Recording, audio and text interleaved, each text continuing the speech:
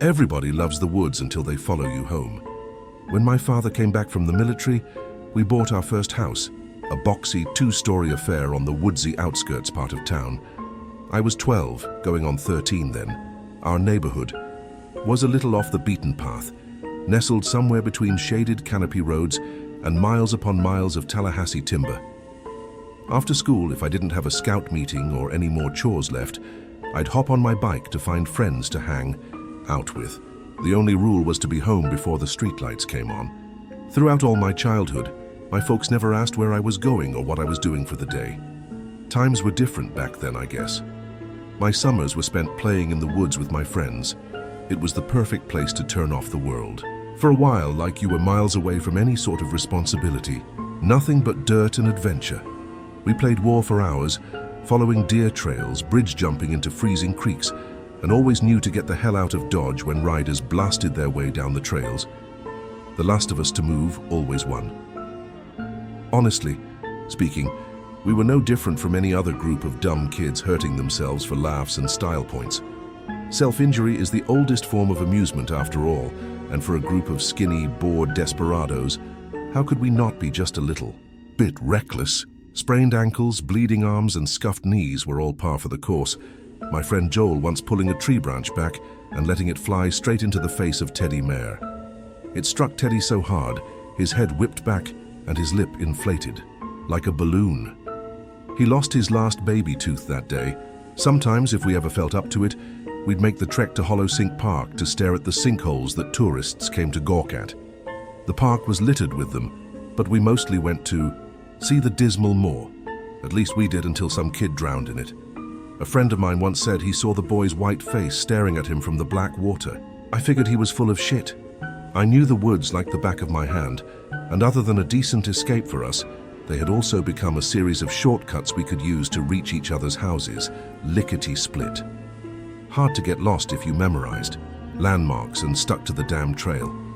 Neglecting that is how most poor souls ended up on the news. One evening I was with Joel in his garage trying to complete our construction of a bike ramp for the summer.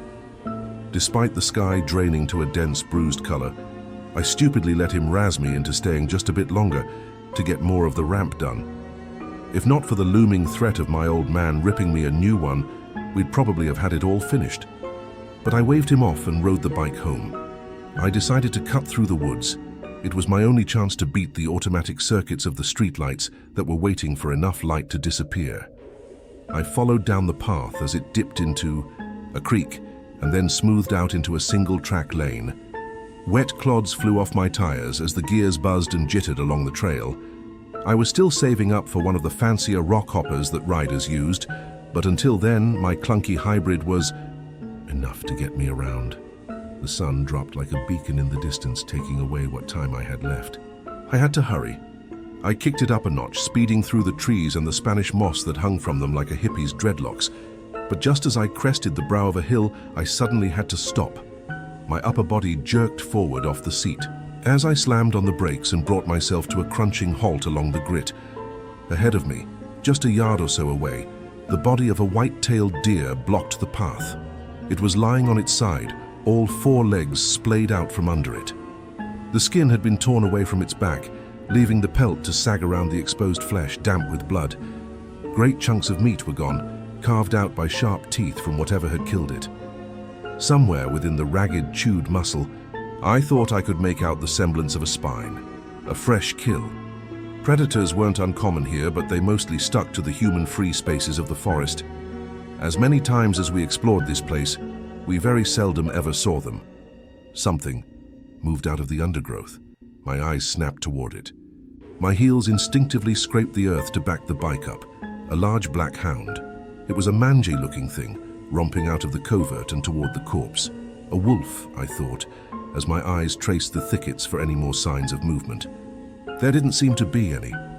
Taking no notice of me, the hound bowed its head and began to sink its teeth into the carcass, pulling and tearing off more parts. The hound was covered in tangles of dark, scanty fur. I'd never seen a dog's coat so black, like it was more of a dog-shaped silhouette than anything else, the same pitch as a starless night sky. I backed away slowly, trying to raise as much distance from it and me as possible as I rotated the bike around. A few rocks shifted and scuffed loudly under my tire. I had moved too quickly. The hound reared its shaggy head toward me. I stopped moving. Its body rose up and stiffened, the sides of its dark muzzle quivering. Ropey strings of saliva dripped off its chin, falling over the remnants of what once was a deer's jugular, now gripped in its teeth. The hound was big, maybe the size of a mastiff, maybe just a bit bigger. But what sent the ripple of static down? My spine was the single white saucer it had for an eye. Dead center, bulging outward from the animal's head, the eye held a vague whiteness without any hint of sight. The hound's body lunged forward just as I twisted around and started beating. The pedals. I went full throttle, riding the downhill burst at a neck-breaking speed. It's not after you, I told myself. It just wants you away from the deer. It doesn't want you, but it was coming. I knew it was. My bike wavered wildly back and forth along the rugged earth. I was standing up, pumping the pedals madly and forcing the handlebars still. Against every instinct not to do it, I chanced to look back. It was right on me, closer than I had even pictured. The frothing, grinning teeth were mere inches from my rear wheel. I could see the bits of deer stuck between them. I could even see into that grotesque white eye and the faint, milky pupil staring at me behind the film. Online movie streaming services. From out of its mouth, a pale, ghostly tongue slithered in and out. Despite how close it was, as crazy as this is to say, I could not hear it moving. Its legs, which were pounding into the earth to keep up with me, weren't making any sound at all. No crunching leaves, no haggard panting, just a silent shape drawing closer. I honestly thought I'd gone deaf in the panic. I could smell it, though a pungent odor of blood and mange. All I could do was push harder, pumping my legs like engines that revved higher and higher, air battered against my face, none of it making it to my lungs. The trees synced up in my peripheral vision, like slides on a projector screen. I pulled the phlegm down my throat. I veered to the right, ducking through a ribcage of skinny branches, and then onto a connecting trail. One branch got my cheek, trickling. Out some blood. I risked another look. My swerve had gained some space between us. "Fuck you, lassie," my thoughts cheered as I pushed ahead. Then the world upturned. My body was flung forward like a rag doll as I crashed headfirst into the earth. No chance to adjust or recover. I fell hard. The wind was knocked out of me. Colors and textures became red and gritty. My palms were scraped raw, both knees bleeding. I gathered my bearings, trying to put together what had just happened. My bike was lying next to me, its old chain snapped completely. The black shape of the hound was growing larger. It hadn't quit. I kicked off the dirt and broke off toward the closest, fattest tree I could find. Luckily, a large enough oak was nearby. I planted one dirt-streaked sneaker against it and pushed upward with the other. My hands stretched and managed to grab hold of one of the overhead branches. I pulled myself up and swung my leg over. At last, a sound reached me, the clack of teeth that barely missed their mark. The hound fell on its side in silence and quickly scrambled back to its feet. "Go away!" I screamed at it. "Go away!" The hound's face scrunched into a snarl, teeth bared, yet no sound came from it.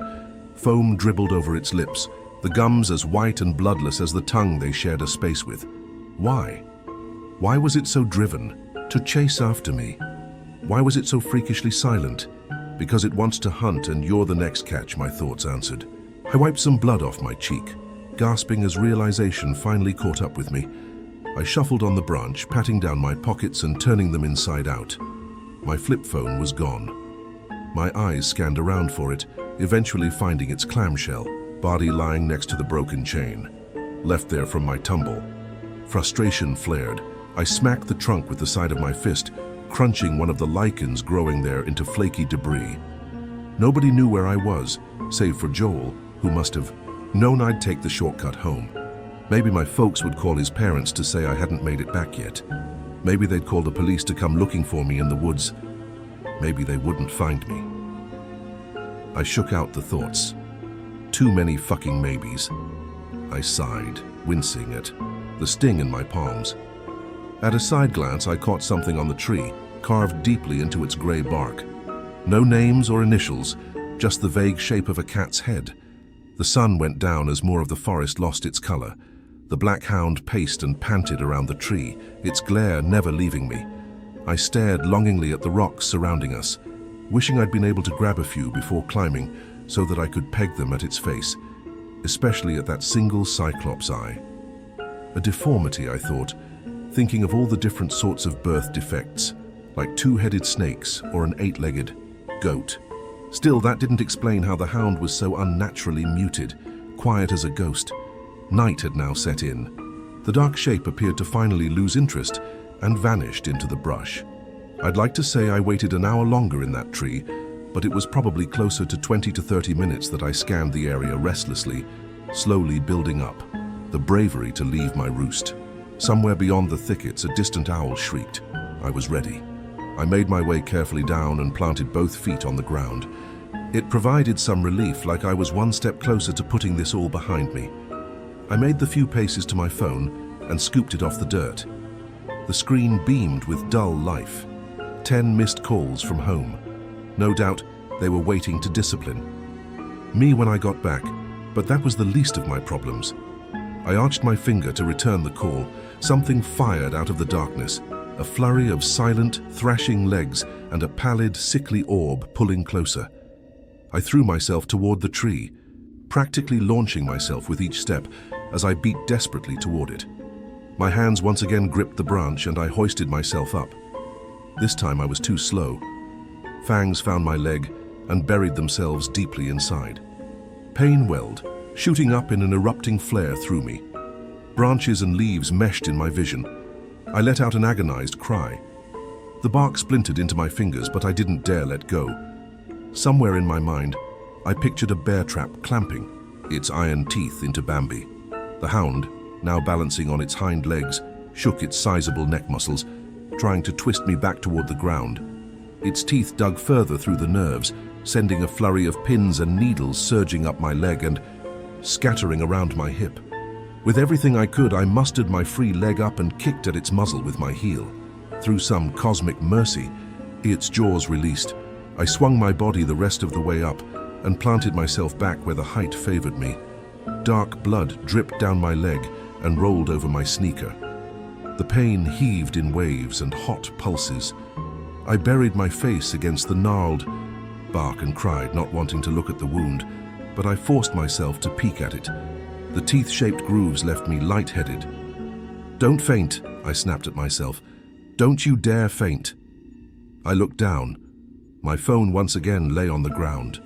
I couldn't help but cry some more. The hound sat there and stared up at me, its bulbous cyclopean eye marking me in a world without end. Fresh blood, my blood this time, reddened the foam around its snout. It had waited the whole time, queuing itself up for me to let my guard down so it could take me out. I wasn't just trapped up there. I was a bird with a broken wing. Thank Christ the hound couldn't climb.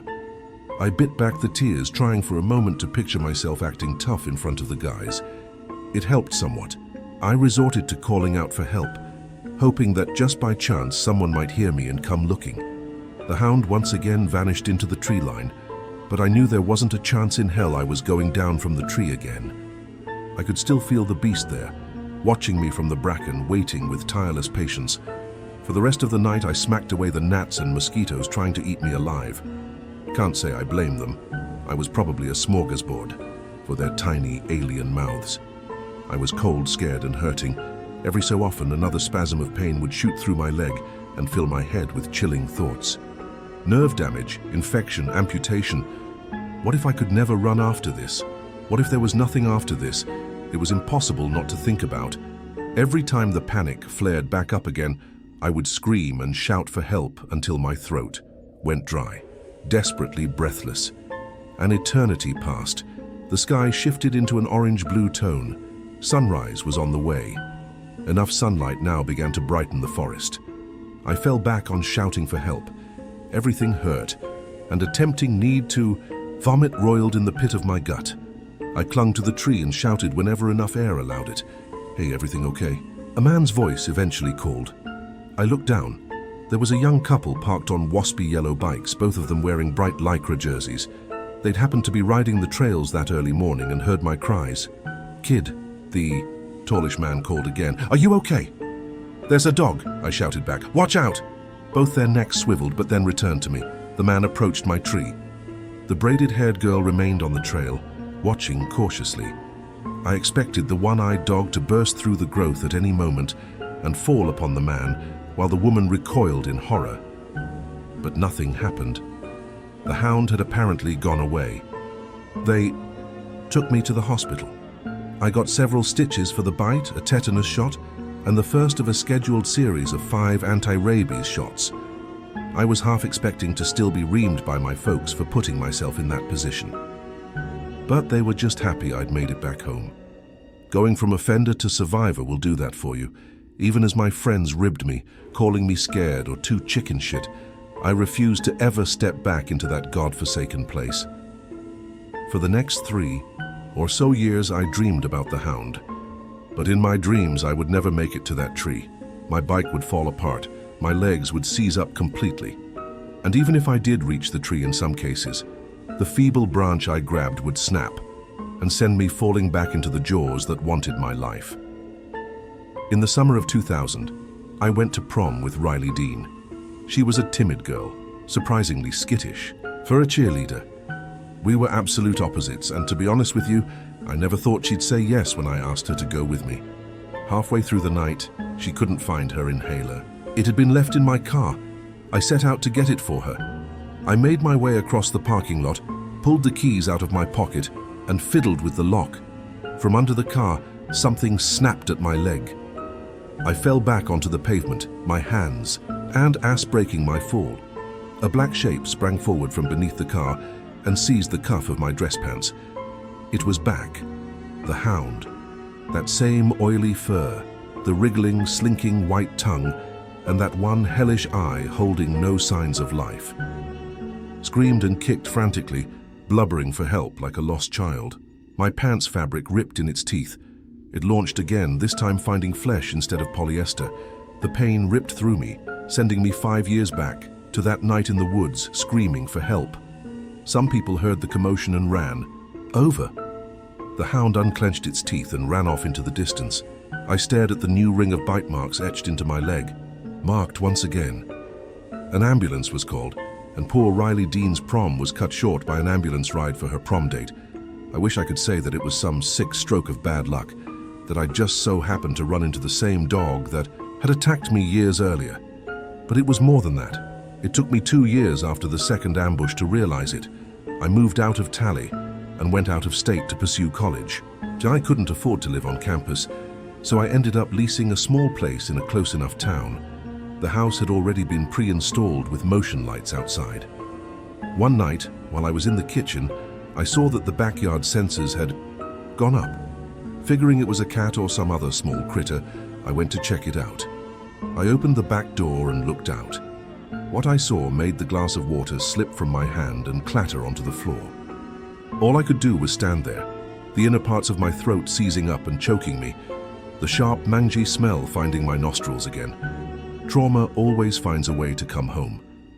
The hound sat in my backyard, back once again to take another piece, out of me.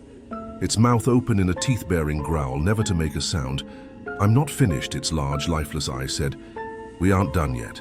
The scars on my leg burned, marked forever and always. I closed the door, locked it, and walked upstairs to my bedroom. There was not much else I could do. For half a moment, I actually thought about calling animal control and telling them a rabid dog was loose in my yard. But the beast would be gone by then. It was always gone by then. The hound has come several times since then, bounding at me from a dark alley, leaping out from behind a tree, a shadow forever hunting me, and just how long until it bursts out of my closet, gunning for my neck. I've since bought a pistol, and the loaded chamber never leaves my side. Who knows if it will even do anything to that thing, but I'll die before it ever manages to catch me off guard again. Sometimes I even think about going back to Tally, where I know more kids are surely playing around those woods, exploring places, running into things they shouldn't. "Go home, stay out of the woods," I'd shout at them. "Stay the fuck out of those woods."